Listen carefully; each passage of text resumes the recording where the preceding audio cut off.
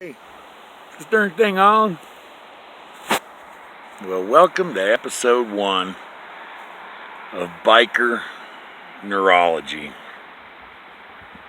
possibly called AKA Motorcycle Brains, or maybe Brains for Motorcyclists, I don't know. So, first thing is the epistemology of it. Why the hell would I even want to know that, and what would it mean to me? Are you darn crazy? Is this what you do on your breaks from riding? Well, kinda, yeah.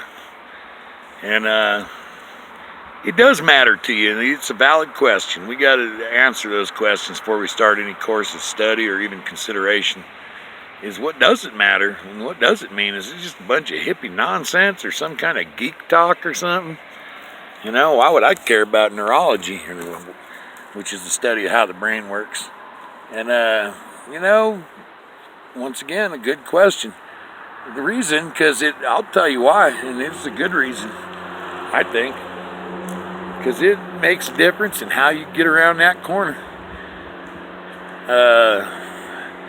Understanding how your brain's operating and what it does to your body and your consciousness, and thus your riding, and your riding ability, and your riding style, and everything, can help us.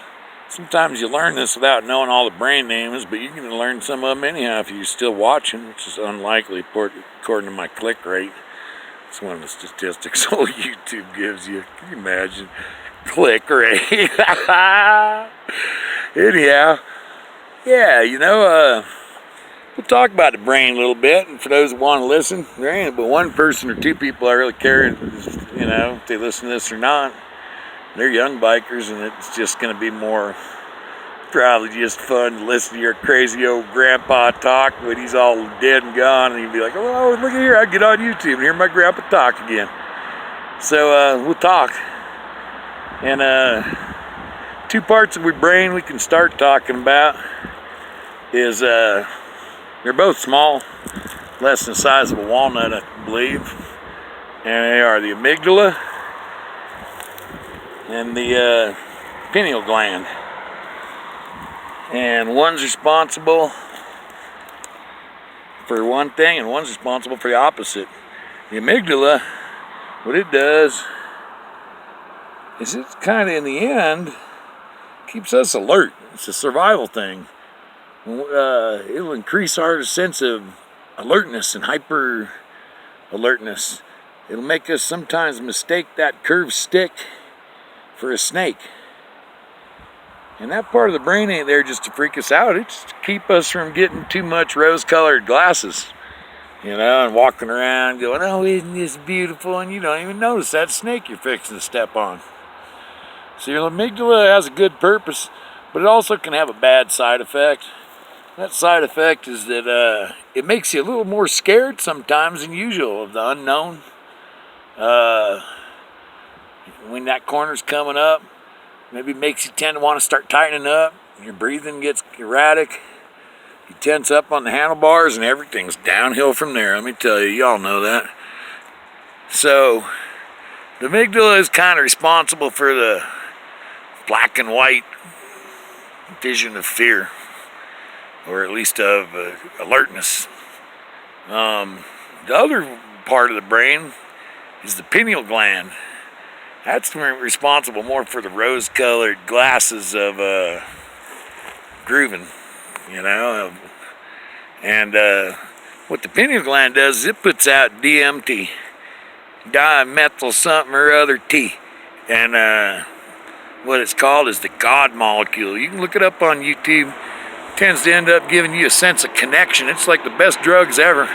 It's what all them drug users is trying to get that high off of some stupid heroin or fentanyl or cocaine or something. This DMT is the best darn drug you can get, and it's free and it's out of your brain. Now the problem with DMT is it makes you groove and you're at one with the universe, and isn't it beautiful, and I'm connected. This is great. And it is great. Sometimes you come around that tight corner and your amygdala's got you all pumped up. Oh man, I took this a little too fast and I gotta grit it, and that gets the adrenaline going, and it's scary, and Oh, but then you get around the corner and the sun's shining and it's an easy corner. And you are just encompassed with a sense of bliss and beauty and oneness. You're in the moment. You're riding. And that's the rose-colored glasses from the DMT from your pineal gland. So as we notice, the two kind of tend to balance each other. One gets you freaked out and kind of tense and tight. The other one gets you grooving and kind of mellowed out. Now, what the problem with this is it's a natural, and both of these have a survival, function, or they wouldn't exist. It's everything in us has some sort of survival function, and just knowing what these things do, and knowing that sometimes, shoot, it ain't that bad. It's just my amygdala trying to scare me and make sure I'm careful and evaluate my abilities correctly to know, can I go around that corner that fast? Can I ski down that steep slope or snowboard down that steep slope and not get killed? But it's a bias, the amygdala is a bias, kind of a negativity bias in our brain, is I think what the neurologists call it. And I don't think I've heard it called this, but the pineal gland in a way can be responsible for a positivity bias. That's important too, because you're all kind of feeling tired and depleted. You had a bunch of adrenaline from all these canyons.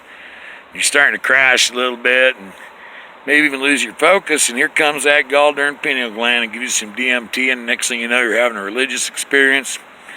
Come out of it feeling refreshed and ready to ride. But once again, both are a bias. One's a negativity bias, one's a positivity bias. And I guess our job, there's another part of our brain we can use that'll help us evaluate what's the reality. Is it really as groovy as I think? Do I want to bask in this grooviness, or do I want to know what the real situation is? And same with the other part. Says, man, is it really as scary as I think it is? Can I pull this off? We got to use that different part of our brain. We'll talk about it later to determine what the real reality is.